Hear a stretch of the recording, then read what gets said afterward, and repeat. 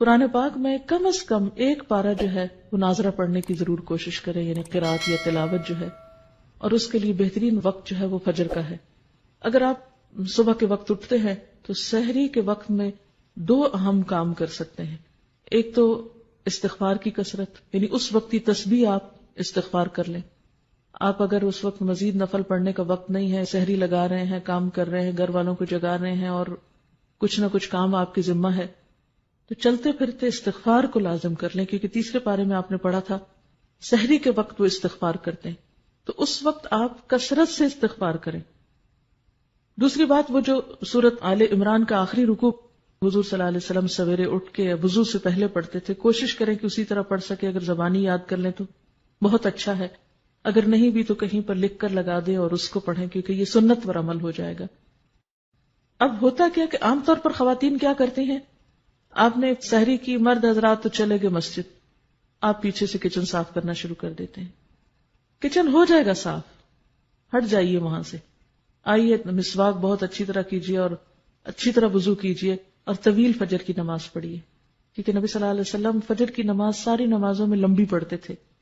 افسوس یہ کہ ہمیں قرآن کا اتنا حصہ یاد نہیں، لیکن جو بھی لمبی سے لمبی صورت یاد ہے اس کو اس میں پڑھنے کی کوشش کریں۔ دوسری چیز جو اس سے پہلے کرنے کی ہے وہ تلاوت قرآن ہے۔ ان قرآن الفجر کان مشہودا، اس کو مس نہ ہونے دیں، جتنی توفیق ہے۔ جو لوگ زیادہ تیز پڑھ سکتے وہ کم از کم پارہ پڑھ سکتے ہیں، زیادہ بھی پڑھ سکتے ہیں۔ تو سورج نکلنے سے پہلے تک آپ کیا کریں، فجر کی نماز اور تلاوت میں وہ وقت گزاریں، اور بہت عبادت کا بہترین وقت ہے۔ پھر اس سے پہلے کہ سورج طلوع ہو آپ کیا کریں، صبح شام کی دعائیں جو ہیں مسنون اذکار وہ کر لیں۔ صبح شام کے مسنون اذکار یعنی وہ دعائیں جو نبی صلی اللہ علیہ وسلم صبح شام پڑھا کرتے تھے، آپ مسنون دعاؤں کی کسی بھی کتاب سے لے سکتے ہیں۔ اس سلسلے میں ایک کتاب وَإِيَّاكَ نَسْتَعِينُ کے نام سے الہدا سے شائع کی گئی ہے۔ اس میں ان دعاؤں کی سند، فضیلت، پڑھنے کا طریقہ اور اردو اور انگریزی ترجمہ بھی موجود ہے۔ تو اگر زبانی نہیں آ تو آپ دیکھ کر پڑھ لیں۔ پھر کیا ہے کہ سورج نکل آیا، اگر اس وقت آپ تھوڑا سا اور انتظار کر لیں یہ ذکر اذکار کر کے، تو 2 نفل جو ہیں وہ پڑھ کے پھر آپ اٹھے۔ لیکن اگر بیچ میں آپ کو بچوں کو اسکول بھیجنا ہے یا کوئی اور کام کرنا ہے تو آپ وہ کام کر سکتے ہیں، کر کے آ کے 2 نفل ضرور پڑھ لیں، کیونکہ وہ جو 2 نفل ہیں وہ دن بھر کے لیے کافی ہیں۔ آپ کو اللہ تعالیٰ بہت سے آپ کے کام اپنے ذمے لے لے گا۔ اس کے بعد پھر تھوڑی سی ہلکی سی دعا کر کے پھر آپ کچن میں چلے جائیں۔ اب آپ دیکھیں گے، اب آپ جو کچن میں جائیں گے برکت بھی ہوگی، راحت ہوگی، دل کی عجیب خوشی ہوگی۔ لیکن جب ہم دنیا کے کاموں کو ترجیح دیتے ہیں اور عبادات کو پس پش ڈالتے ہیں، پہلے وہ پکانے کھانے میں لگے رہے، پھر سنبھالنے میں لگے رہے، پھر جب نماز کو وہ سورج نکلنے والا ہو گیا جلدی جلدی نماز پڑھی، اس نماز میں کوئی لذت نہیں۔ پھر اتنے میں بچے جاگ گئے، کوئی اور کام ہو گیا، پھر ان میں لگ گئے، پھر قرآن پڑھنا رہ گیا۔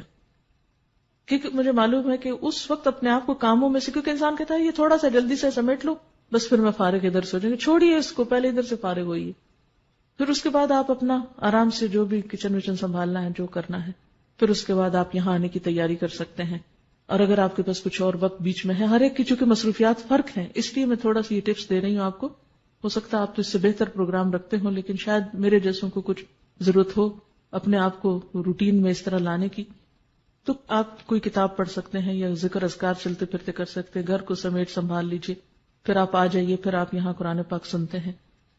کیونکہ علم کے رستے پر ایک ایک قدم جو انسان نکل کر آتا ہے اس کا بے پناہ اجر ہے، اور مل بیٹھ کے جو ہم پڑھتے ہیں اس کی ایک اور ہی برکت ہے۔